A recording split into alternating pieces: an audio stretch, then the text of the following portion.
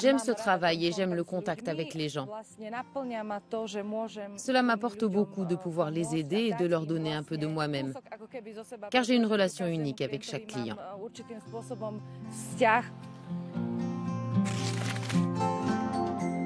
Le vieillissement de la population entraîne un besoin de plus en plus important en personnel pour les soins et services de longue durée. Ici, à Banská Štiavnica, dans l'est de la Slovaquie, un projet pilote communautaire a été mis en place dans le but de maintenir les personnes âgées le plus longtemps possible chez elles.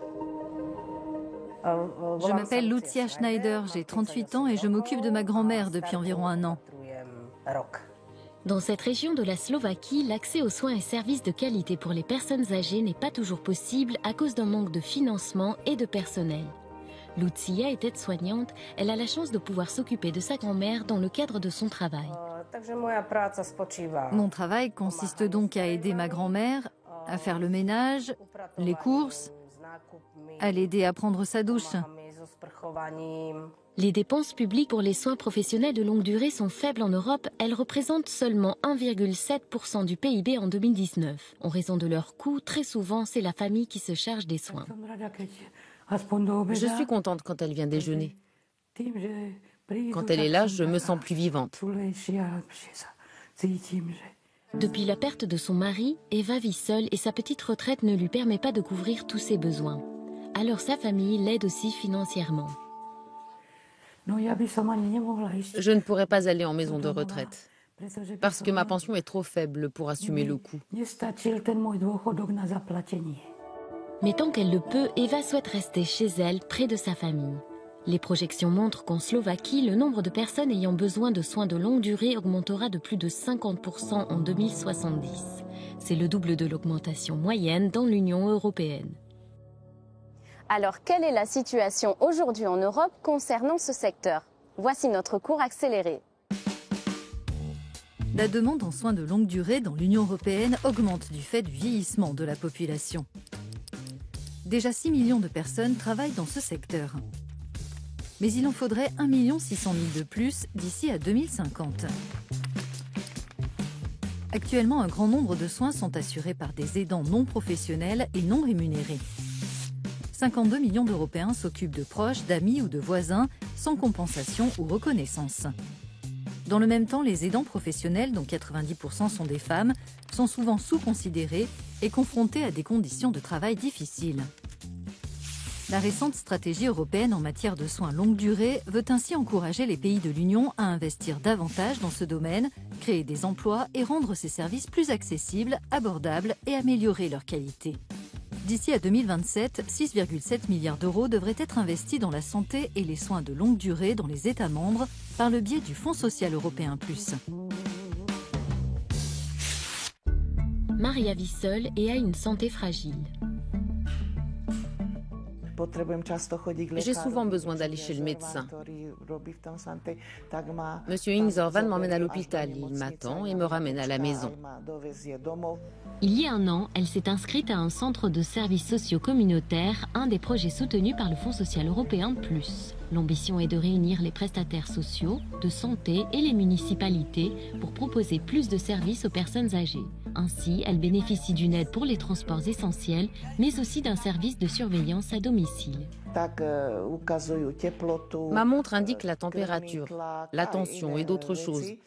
Tout cela m'aide beaucoup, au niveau psychologique et physique. Pavel Tchervienka gère le projet sur le terrain. Aujourd'hui, il anime une consultation avec la municipalité et les seniors de la région pour estimer leurs besoins.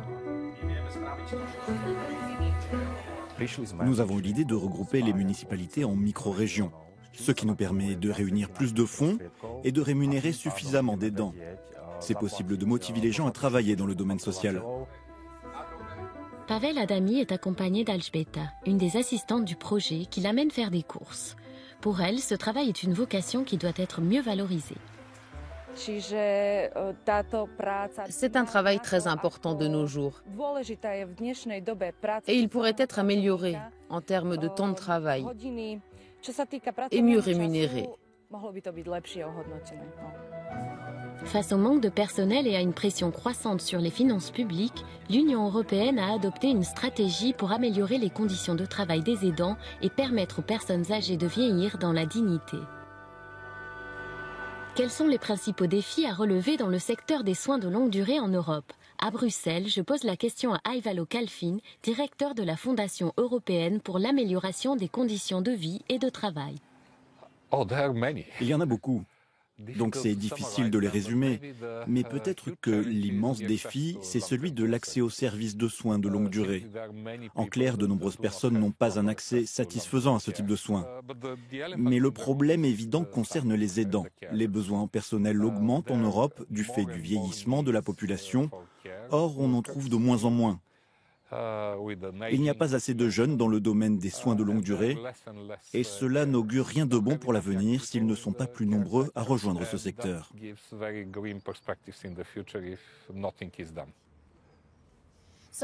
Nous parlions tout à l'heure des soins de longue durée. Comment attirer plus de monde dans ce secteur? C'est une très bonne question et c'est pour cela que la Commission européenne propose une stratégie en matière de soins de longue durée. Bien sûr, il faut parler des salaires car les aidants sont sous-payés.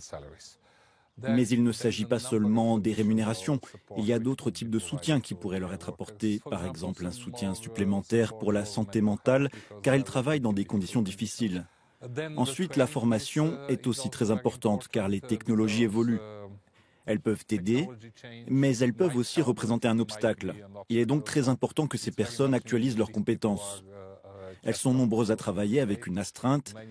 Elles doivent être disponibles à tout moment, mais elles doivent aussi avoir le temps de se reposer, de se détendre, de recharger leur batterie avant de repartir travailler. Lorsque nous parlons d'aidants informels, des membres de la famille qui s'occupent de leurs proches, comment pourrions-nous les soutenir davantage? Il est encore plus difficile de soutenir ces personnes comparé aux aidants professionnels. Dans la plupart des cas, ces aidants informels sont des femmes, car les femmes ont tendance à occuper des emplois moins rémunérés, plus précaires.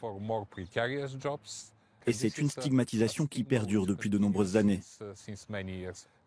Ces personnes qui s'occupent de personnes âgées ou handicapées à domicile ne peuvent pas aller travailler, donc elles ont des revenus vraiment très faibles et c'est pratiquement leur travail. Donc si nous voulons leur assurer une qualité de vie minimale, elles doivent être soutenues par le système social. Merci.